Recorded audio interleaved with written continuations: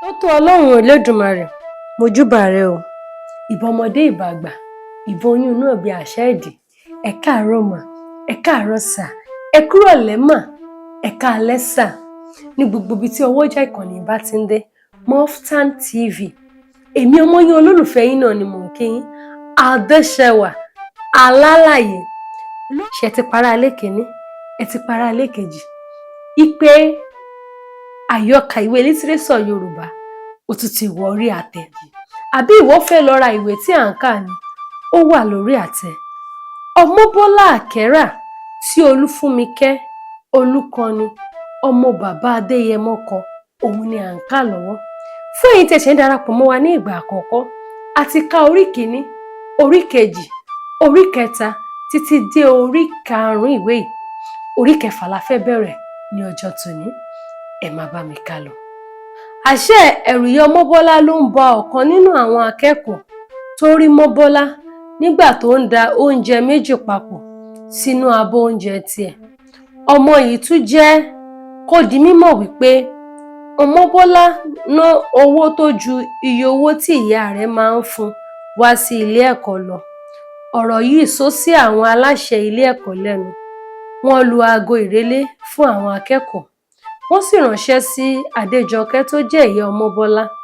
Nígbà tí Adéjọkẹ́ gbọ́ gbogbo atótónu àwọn olùkọ́ gẹ́gẹ́ bí ìṣe rẹ̀, ó fà kékọ́rí pé kì í ṣe ọmọ òun ló hu ìwà adójútini bí irú èyí.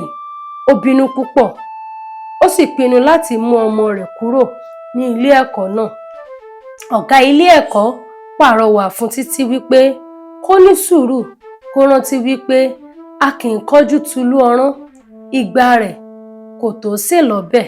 Wọ́n jẹ́ kí àwọn tẹ̀síwájú lórí ìwádìí lórí bí iṣu ṣe kún àti bí ọ̀bẹ ṣe kún láàrin àwọn akẹ́kọ̀ọ́ tó kù.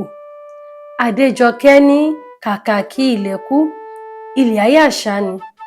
Ọmọ tí òun fowó tọ́ ni Ọmọbọ́lá, kì í ṣe ọmọ ìrankíran. Ó ní àìlọ́ra ògòǹgò bí ká fi wé ti ajígbọ́nákúkọ́. Kí wọ́n tẹ̀síwájú nínú ìwádìí wọn, kí wọ́n sì rí dájú pé wọ́n ṣe ìwádìí wọn dáadáa. Àmọ́ bí ọ̀rọ̀ yìí kò bá ṣí mọ́ Ọmọbọ́lá lórí, ó ní ẹni tí kò rà yóò san níbẹ̀.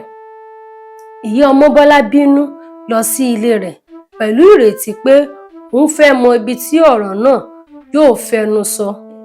Àwọn ọ̀gá ilé ẹ̀kọ́ náà lọ túra mú gẹ́gẹ́ bí a ṣe mọ̀ pé kò sẹ́ni tí yóò fi ọ̀bẹ tó nù jẹṣu.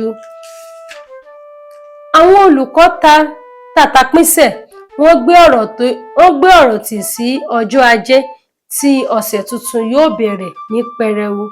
Ní ilé ẹ̀kọ́ lọ́jọ́ Ajé tó jẹ́ ọjọ́ iṣẹ́ àkọ́kọ́ nínú ọ̀sẹ̀, ọ̀gá àgbà ránṣẹ́ sí ọmọ tó jẹ́rìí pé òun rí Ọmọbọ́lá nígbà tó ń hùwà kò tọ́ fún Dawel nínú kíláàsì.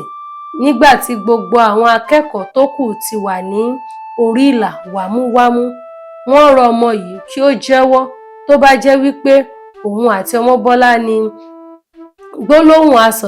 gbólóhùn asọ̀tẹ́lẹ̀ rí ni.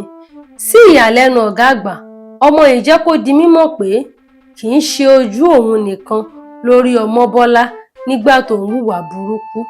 Ọmọ yìí tú àṣírí fún ọ̀gá àgbà wípé tí ọ̀gá bá lè rọra pa èèrà yóò rí ìfun rẹ̀. Ó ní ó dá òun lójú pé lára owó Dawel tí Ọmọbọ́lá jí ó sì kù lọ́wọ́ Ọmọbọ́lá. Ìgbà yìí ni ọ̀gá àgbà wá rí ìgboyà láti tẹ̀síwájú nínú ìwádìí lórí ọ̀rọ̀ náà. Ẹ̀yin òbí, ẹ jẹ́ ká tọ́ ọmọ wa kó lè fún wa ní ìsinmi. Ìbéèrè kan ni màá tún mú jáde lórí kẹfà ní òní. Ẹ̀yin olólùfẹ́ wa, ẹ mọ̀ bá a ṣe ń ṣe. Òwe mẹ́ta tí ó jáde ní orí kẹfà yìí, ẹ bá mi pa òwe mẹ́ta náà kí ẹ dẹ̀ jẹ ẹ̀bùn tó tọ́ sí yín. Títí ìgbà míì tí a tún máa pàdé lórí ìwé Ọmọbọ́lá Àkẹ́rà, èmi ọmọ yín olólùfẹ́ yín náà ni mò ń kí yín Adéṣẹwà Alálàyé ó dìgbà kan náà.